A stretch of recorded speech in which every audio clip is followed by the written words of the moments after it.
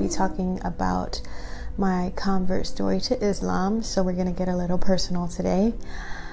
Stick around to the end if you want to know how I became a Muslim. So today I decided to get a little personal about my journey to Islam. It's a rather interesting one because even when I think about how I got here, it's almost like God was guiding me here, you know? Okay, so my family originally were Catholic. And I remember asking my mom at the age of 6 or 7, I remember asking her, how did we all get on the planet? And how did the planet get here? And where did the trees and the grass come from? And she said, God. And I looked at her and I said, who's God? And she looked at me like astonished, like what that looked like. How does she not know about God? So I remember we were sitting in my room when I asked her this. And she got up and she said, hold on one second. She got up and she went to the next room and she came back with the Bible in her hand. And she said, all the answers are in this book. All you have to do is practice how to read it. And so I started to read the book. I got through, I believe, the first 3 chapters of the book. Initially, what she had read to me was that everything came to be because of God. It took 7 days to make the everything on earth, all the animals, and on the Sabbath he rested. And he talked about Adam and Eve. Well, anyways, it wasn't too long after that she had started taking me to Catholic church. And every Sunday I would go to Sunday school. And this nun in her full nun uniform, her head wrap, and her dress, she would come pick me up every Sunday to take me to and from Catholic church. And then I was supposed to do my communion. I did this for a really long time, and until I was ready to do my communion. And then right when I was going to do my communion, family caught some sort of beef or whatever. I don't know what was going on. There was always fighting in my family. So they took it out on us, and so I wasn't able to do my communion. But I continued reading the Bible on my own, trying to figure out just God, who this God person was. And being such a young mind, I didn't really fully grasp the whole ideology of it. Yes, you can say, being a Catholic, I learned about the Old Testament a lot. It wasn't until I turned 15 or 16 that I came across Christianity. And the way I came across Christianity was through a group of friends that I had. I just felt like lost. There's all this evil out in the world, and I had suffered abuse and all that and trauma already by that time. And so I was yearning for God. I was looking for him. And it wasn't until I met a bunch of kids in the new school that I went to that they started teaching me about Christianity. And I was like, oh wait, you don't have to say our fathers and all this stuff? He's like, no, you just talk to God like you're talking to a friend. And I was like, talk to God like you're talking to a friend? You can do that? They're like, yeah, he's always with you. God wants you to have a deeper personal relationship with him and a connection with him. And I was like, wow, really? And they're like, yeah, we can see your hurt and we can see your suffering. Let us take you to this Christian church that we go to or whatever. And I was like, okay, cool. So I went to the church with them. And because they have the sermon before the prayer, they have they read the Bible, they explain what that section of the Bible means and how it applies to life. And then they go into prayer and they're like, whoever wants healing, whoever wants to be reborn, just come to the altar, whatever. And I was like, okay, I was feeling that. I was like, wow. So I went down and they started praying in tongue for me, and I just started bawling, out of nowhere. I just started bawling. I was so moved by this. I felt oh my God, this is what I've been searching for. This is God. So So I became a Christian at the age of 16. And then I wasn't a practicing Christian. I ended up moving around a lot. So I ended up losing those friends, losing contact with that church that I went to, wherever, and just going about my life struggling. And like, at least this time I knew that, you know, I can just talk to God and He'll hear me and He'll listen to my prayers. So it wasn't until I turned 22 that my older brother brought me, my mom, and my friend at the time to a Christian church. My friend became a Christian, my mom became a Christian, my brother became a Christian, but I was reborn again for the second time. So, and in that church, it was like a really, really big church somewhere in like North Florida or something, I forgot. And it just didn't seem personal to me. I didn't feel any connection with anybody there. I didn't feel a connection with the pastor there.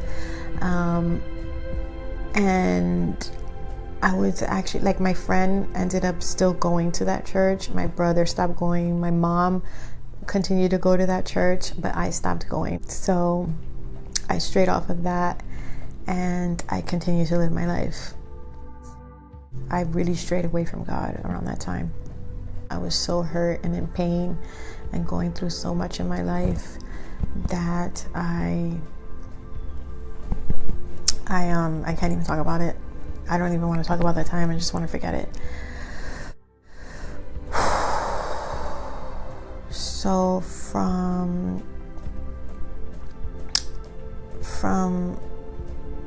26 to like 30, I was just picking the pieces of my life back up, trying to get my life back together. I turned 31 where I was reborn again. And when I was reborn again, this time it wasn't pressure to come to the altar to be saved. This time it was like in a hip-hop church that I had gone to. And it's so weird because this church, when I lived in Miami Springs, I used to hear music, hip-hop music, and I was like, who keeps throwing a house party? I didn't know that this was a church I would end up going to. And another friend of mine had taken me to this church once. I was like, oh, this was the church that they were playing the music at. But then they stopped everything to pray, and I was like, oh, I'm not down with this. I can't do this right now. So I kind of just left and never went back. But then I found it again. I was like, this is God. This is God leading me, telling me where to go. This is where I started learning about God and the New Testament and Jesus.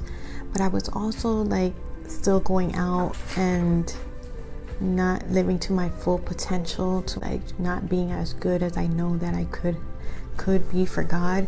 But I was building and developing this relationship with Him. But this time I was recovering from hurt, and I was like still on the fence of being good and doing bad. But I was doing much better than I had been the previous years of my life. And it got to a point where one time I had went out and I was like in this bar/lounge type of place.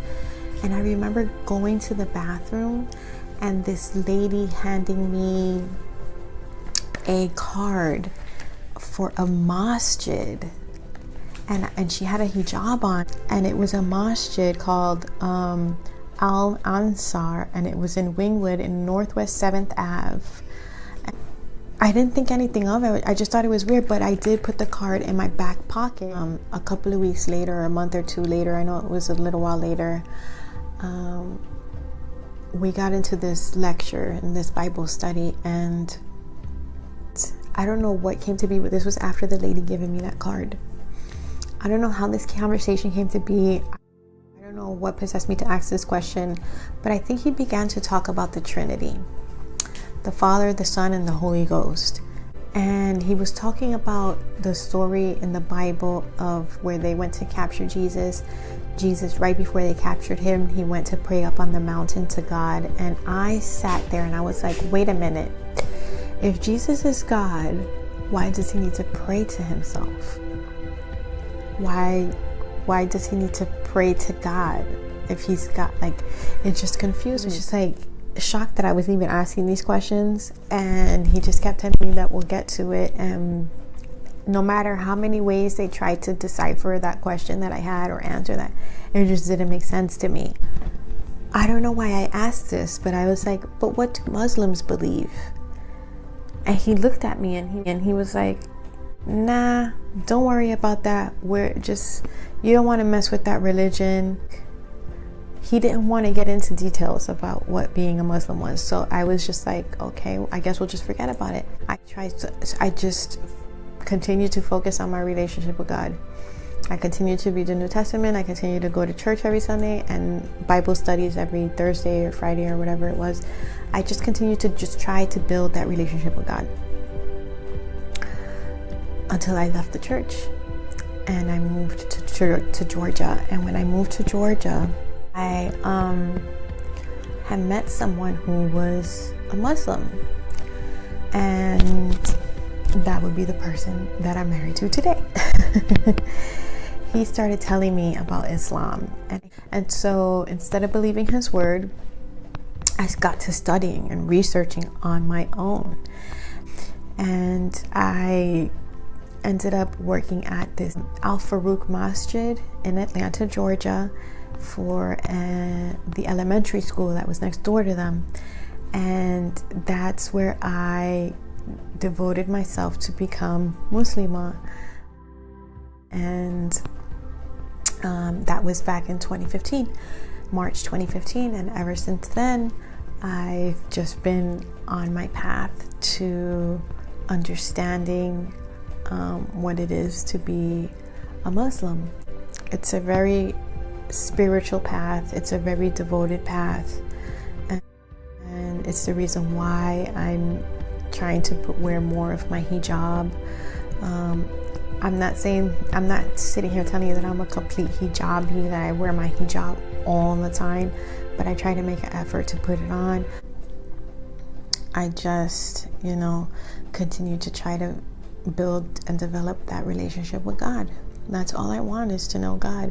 At the end of the day, I may have become a Catholic, a Christian, and a Muslim throughout my lifetime. I felt more of a spiritual connection, not only to God, but also to the environment, to my surroundings, to other people when I became Muslim. And one of the happiest times in my life was working at that school in Al Farouk when I worked there.